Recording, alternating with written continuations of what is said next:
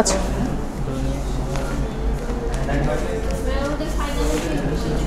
হ্যাঁ হ্যাঁ broad question আর পেটালস অফ ব্লাড থেকে ব্রড কোয়েশ্চেন এটা এরকম যে মিডে আপনাদেরকে কি দিয়েছিলাম শর্ট কোয়েশ্চেন এরকম 6টা বা 7টা প্রশ্ন থাকবে যে কোনো 4টা লিখতে হবে 4×40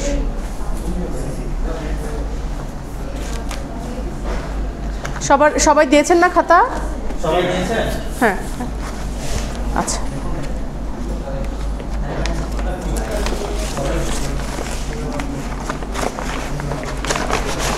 অ্যাটেন্ডেন্স সবার দেওয়া আছে হ্যাঁ এখানে না একটা পেন দেন এটা 13 ব্যাচ লেখা ও আচ্ছা এই 13 ব্যাচেরটা পাওয়া যাচ্ছিল না ইয়াতে ওই 13 ব্যাচের ক্লাসের সময় এখানে দিব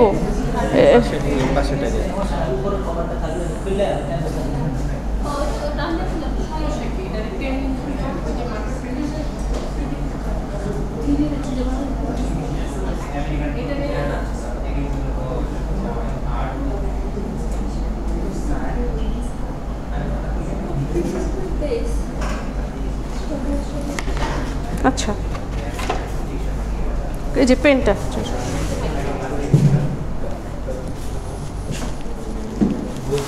আচ্ছা আজকে থিমগুলো পড়াবো বলেছি দিয়েছি অলরেডি একটু আগে দিয়েছি আপনাদের 10 ব্যাচের অফিসিয়াল হোয়াটসঅ্যাপ গ্রুপে হ্যাঁ ওটা একটু ডিসকাস করব মেজর থিম হলো পেটালস অফ ব্লাডে মূলত 4টা থিম এগুলো মেজর করাপশন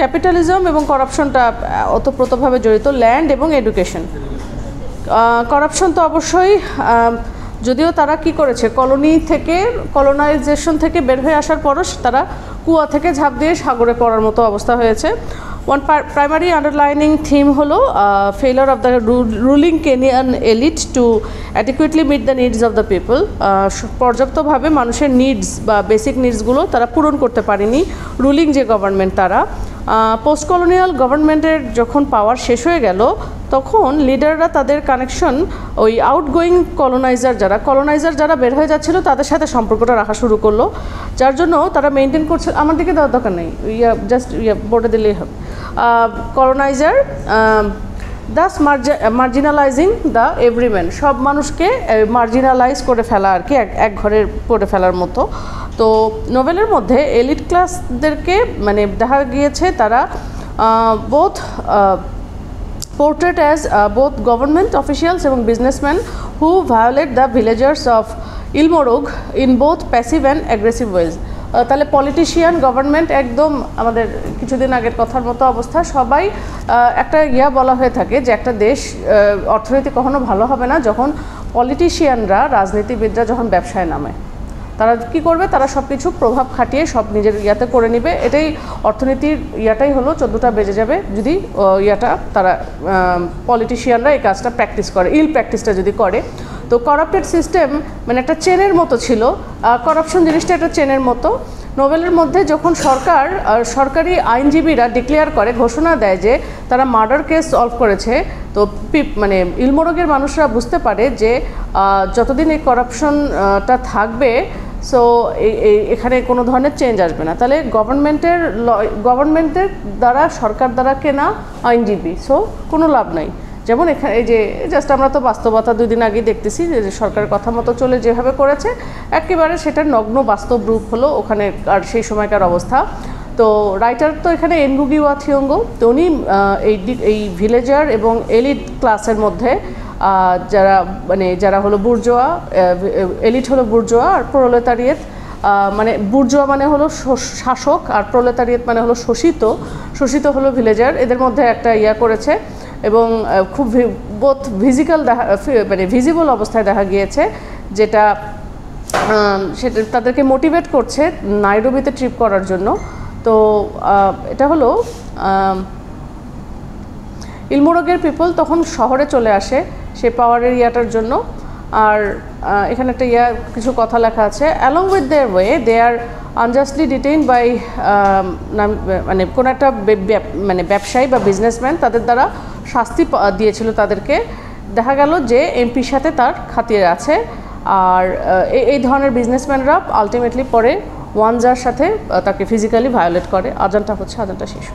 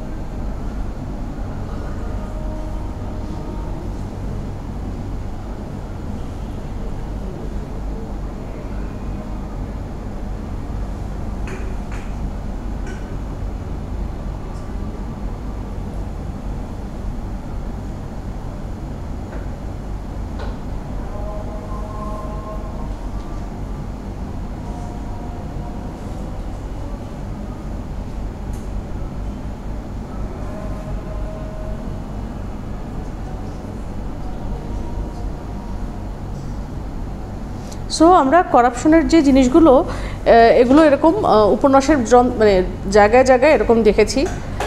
এরপরে আছে হলো ক্যাপিটালিজম। ক্যাপিটালিজম হলো এই যে এলিট যে বা এলিট শ্রেণী যারা বড়লোক, প্লাস শুধুমাত্র বড়লোক না, যাদের কাছে পাওয়ারটা থাকে, এই এলিট শ্রেণীরা কন্ট্রোল করছে ফেসলেস সিস্টেম অফ ক্যাপিটালিজম। অদৃশ্য ক্যাপিটালিজমের দ্বারা তারা এরা পাওয়ার চালাচ্ছে, ছড়ি ঘোরাচ্ছে। তো এবং এসেনশিয়াল এক্সপ্লয়েটেড বা নতুন এই কেনিয়ান এলিট দ্বারা সবাই এক্সপ্লয়েট হচ্ছে, ব্যবহার মানে তারা ইউজড হয়ে যাচ্ছে। ফার্মারদেরকে ফোর্স করা হচ্ছে তাদের জমি জিরাতগুলোকে মর্টগেজ মানে বন্ধক রাখার জন্য এবং লোন নেওয়ার জন্য। এগুলো তাদের হারভেস্টের কোনো সাকসেস বয়ে আনছে না। তো সেটার জন্য আলটিমেটলি তারা কি করতেছে, সেই জিনিসগুলো আবার সেগুলো তার প্লটগুলো সেল করে দিচ্ছে, মানে পেমেন্টগুলো ঋণ শোধ করার জন্য করে দিচ্ছে। আমরা গ্রামের ইয়াগুলো কত দেখি না, কৃষিকাজের মানুষজন ইয়াগুলো করে, ধরেন ওরকম সূর্যাস্ত আইনের মতো যে একটা নির্দিষ্ট অ্যামাউন্ট তারা দিতে পারে না, ঋণ দিতে পারে না, তখন সেটা কি করে, বাধ্য হয়ে তার জায়গাগুলো বেচে দিতে হয়। তারপরে এগুলো জিনিস চিন্তা করে মানুষজন আত্মহত্যা করতেছে। ইন্ডিয়ারও এরকম সিস্টেম আছে, বাংলাদেশেও এরকম হচ্ছে। কত কত যে কৃষক মারা যাচ্ছে তার কোনো ঠিক নাই। তারপরে যেমন কোনো একটা ধরো ওখানে মানে উপন্যাসের মধ্যে এক জায়গায় দেখাইছে যে একটা ড্রিঙ্ক খাচ্ছে, সেটা এক্সট্রিমলি আলটিমেটলি পপুলার হয়ে যাচ্ছে। এই ড্রিঙ্কটা প্রথমে আবদুল্লার যে বারে একটা ড্রিঙ্কের কথা যে হলো যে বিগ বিজনেসম্যানদের কাছে চক্ষুশূল হয়েছে যে না, আমরা ওদেরকে কাউকে ব্যবসা করতে দিব না, আমাদের ইয়াতেই থাকবে আর কি, আর কোনো ধরনের একচেটিয়া আমাদের ব্যবসা থাকবে, যেটা আমরা ইমিডিয়েট দেখে এসেছি। সো এই তারা করতে পারতেছে না, তাদের শ্রমের যে ফল তারা ভোগ করতে পারছে না। মানে একটা মানুষকে একটা ড্রিঙ্ক যে মানুষকে রিল্যাক্স করবে, কিন্তু সেখানে একটা ড্রিঙ্ক সেটা হয়ে যাচ্ছে স্ট্রাইফ বা বিবাদের একটা ড্রিঙ্ক, এরকম হয়ে যাচ্ছে। তারপরে শহরগুলো এমন একটা প্লেস যেখানে ক্যাপিটালিজম ফ্লারিশ করছে এবং contrasted strongly with village of Ilmorog, যেটা একদম অপোজিট অফ ইলমোরক গ্রামটার নাম আর কি। মডার্নিজমের এই চক্করে পড়ে কেনিয়া এমন এক ধরনের ক্যাপিটালিজম তারা করতেছে, অ্যাডপ্ট করতেছে, যে এক্সপেন্স অফ ট্রেডিশনে তারা সিটি বিগিনস টু এনক্রোচ আপন and finally swallow the traditional and the ruler. এটা করতেছে, সিটিগুলোও ক্যাপিটালিজমের ফাঁদে পড়ে যাচ্ছে, প্লাস সেই সাথে সাথে গ্রামগুলোও অ্যাফেক্টেড হয়ে যাচ্ছে। সময়ের সাথে সাথে ইলমোরগও অনেক ভাস্টলি চেঞ্জ হয়ে যাচ্ছে এবং এখানকার মানুষগুলো। তাহলে ক্যাপিটালিজম যদি একটা শহরে তো শহর, গ্রামের মধ্যেও চলে যায়, জিনিসটা খুব খারাপ হয়ে যায়। এখন দেখবেন যে গ্রামের মানুষগুলো যে ক্যাপিটালিজম, আমি মনে করি এই থাবাটার লিটারালি দেশের ক্ষেত্রে দিয়ে বুঝাই, গ্রামের মানুষগুলো না এখন আর কি কেউ কারো ভালো দেখতে পারে না। শহরে তো এই জিনিসগুলো নাই, একক পরিবার। ওই গ্রামেও একটু কেউ কিছু একটু ভালো করলো, ওই মাছের ঘেরটা কারো একটা আছে, শত্রুতামূলক দিয়ে দিল, বিষ দিয়ে মাছগুলো মেরে ফেললো, গাছ কেটে ফেললো, এই জিনিসগুলো।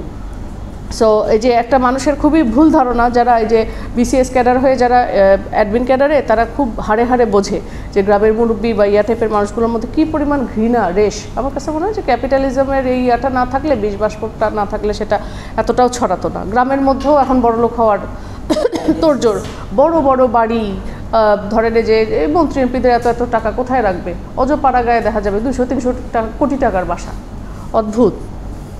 সো এই নতুন কেনিয়া এমন একটা কেনিয়া, মানে গ্রামও তাই, যে কোনো কিছু গ্রামেও মানে কোনো কিছু ফ্রি না। ক্যাপিটালিজমের দূষিত হলো যে তোমাকে একটা গরিব মানুষ, তোমাকেও পয়সা দিয়ে করতে হবে, কোনো কিছুই ফ্রি নয়। ল্যান্ড বা ভূমি, এগ্রিকালচার একটা ইম্পর্ট্যান্ট থিম এই petal of ব্লাডে।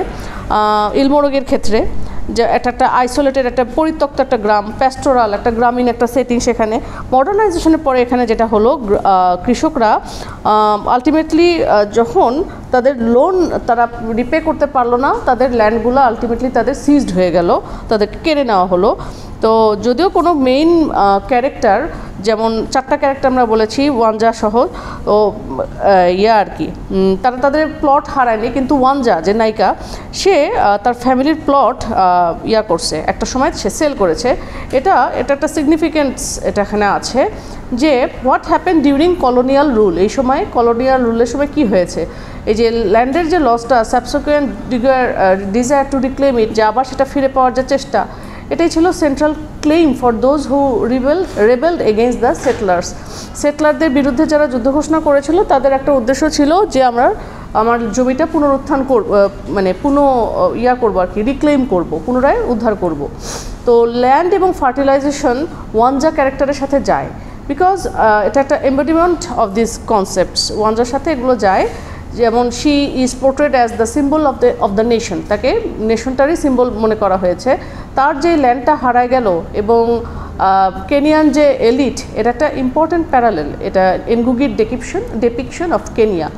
So land is also link to Kenya itself, জমির সাথেও কেনিয়ার সম্পর্কযুক্ত, যে সাজেস্ট করতে, as Ngugi suggesting that anyone who sells their land is a traitor. তাই তো মানে কেনিয়ার ইয়েটা হলো, দেশকে যে বেচে দিচ্ছে সে তো ট্রেটার, দেশ তো একটা ল্যান্ড। সো এই ল্যান্ডটা ওয়ানজার সাথেও যেরকম রিলেটেড, একইভাবে কেনিয়ার দেশটার সাথেও রিলেটেড ল্যান্ড। আর আছে হলো এডুকেশন, শিক্ষা ব্যবস্থা। তো অবশ্যই বাজেভাবে দেখানো হয়েছে পেটাল অফ ব্লাডে। যেমন আমরা দেখেছি মুনিরা ক্যারেক্টারটা হলো একটা মেইন ক্যারেক্টারের মধ্যে একটা, সে একজন ছেলে, মেল, সে একজন টিচার থাকে, কিন্তু তার স্ট্রং এবিলিটি ছিল না মানুষকে গাইড করার। ইনস্টিড সে মানে পিছিয়ে দূরে সরে থাকতো এবং নিজের কোনো বিলিফ সেগুলোকে অ্যাসার্ট করার কোনো চেষ্টা করে নাই। প্লিজ ফোনটা সাইলেন্ট রাখেন। He rejects the claims of other that children should be taught more about being African. সে এই ক্লেইমটা, সে দাবিটা ত্যাগ করেছে যে বাচ্চাদেরকে আফ্রিকান হওয়া শেখানো উচিত, মানে পলিটিক্সের বদলে, এবং এই যে ফ্যাক্টগুলো এগুলো সে করতে ভয় পেত। দোজ হু, আচ্ছা, মার্ডার আর অলসো এডুকেটার্স। আচ্ছা, কয়েকটা 3টা মানুষ মারা গেছিলো না উপন্যাসের শুরুতে, তার মধ্যে তাদের মধ্যে 2জনই শিক্ষিত মানুষ ছিল, মানে শিক্ষিত মানুষ মানে টিচার বা শিক্ষক মানুষ ছিল। সো তারাও টিচার হয়েও তাদের ট্রাস্টওয়ার্দিনেস ছিল না, এবং এডুকেশন সিস্টেমটা একটা প্রবলেমেটিক ইনস্টিটিউশন হিসেবে দেখিয়েছে ইন্ডিপেন্ডেন্ট কেনিয়াতে। তো তো একটা ছোট্ট একটা সাজেশন ছিল যে এডুকেশন কিছু আশাও যোগায়, যেমন জোসেফ নামে একটা ক্যারেক্টার, সে একাডেমিক্যালি ইনসিরিয়ানা নামে একটা জায়গায় সাকসেস করেছে সেখানে এডুকেশনে, বাট ওই একটা ইনসিডেন্ট ছাড়া পুরো হোল এডুকেশন সিস্টেম ক্রিটিসাইজ করা হয়েছে। এডুকেশন একটা সেলফ লিবারেটিং থিং, এটা একটা ক্রিটিক সমালোচনা হয়েছে। সো ইউরোপিয়ান এডুকেশন যেটা একটা দুর্গের মতো ছিল, আর এখানে কেনিয়ান এডুকেশনটা খুবই এখানে প্রশ্নবিদ্ধ ছিল। আর পলিটিক্যাল সেন্সে বলতে গেলে কারেগা নামে যে ক্যারেক্টারটা ছিল, চারজনের মধ্যে কারেগার সেলফ এডুকেশন কজেস হিম, মানে নিজের এডুকেশনের মাধ্যমেই সে এই ইনিশিয়াল বিলিফটাকে সে ডাউট করতে শুরু করে যে এডুকেশন কি আদৌ কোনো স্বাধীনতা নিয়ে আসতে পারে। সো কারেগার যে ডিলিংগুলো সেগুলো তার সেলফ যে রিয়েলাইজেশন, তাকে তার কল্পনা থেকে, ভ্রম থেকে বাস্তবে নিয়ে আসার চেষ্টা করে। তাহলে এডুকেশন সিস্টেম তাহলে এখানে দেখাচ্ছে যে আমাদের মতোই, যে সরকার বলে মুখ বন্ধ রাখো, টিচাররা যেরকম টাকা দিয়ে তাদেরকে না এত দিনে শুনতেছি, আজকে একটু কয়েক ঘন্টা আগে খবরে পড়লাম, মানে এক দিনে 5টা করে যে কোনো জায়গার শিক্ষক পদত্যাগ করতেছে। সো কি মানে এমন একটা সরকার যে সব কিছু তারা তো চলে গেছে না, এমন একটা অবস্থায় আমরা যে তাদের 300 মন্ত্রী এমপি প্লাস সেক্টরের প্রত্যেকটা জায়গায় সবাই পদত্যাগ, পলায়ন, ইনফ্যাক্ট পুলিশ পর্যন্ত বলতেছে যে আমরা এখান থেকে রেহাই চাই। সো এমন একটা অবস্থা। কেনিয়া সেই 1950 সালের সাথে খুব একটা নেই, পার্থক্য নাই, খালি এখানে হলো যে আমাদের মডার্নাইজেশন বা কলোনাইজারটা নাই, সে কলোনাইজার ছিল নিজেদেরই লোক, সেটাই দুঃখজনক লাগে, বাইরের কেউ না, কাছের ইয়াটা এটা বন্ধ করে দেয়।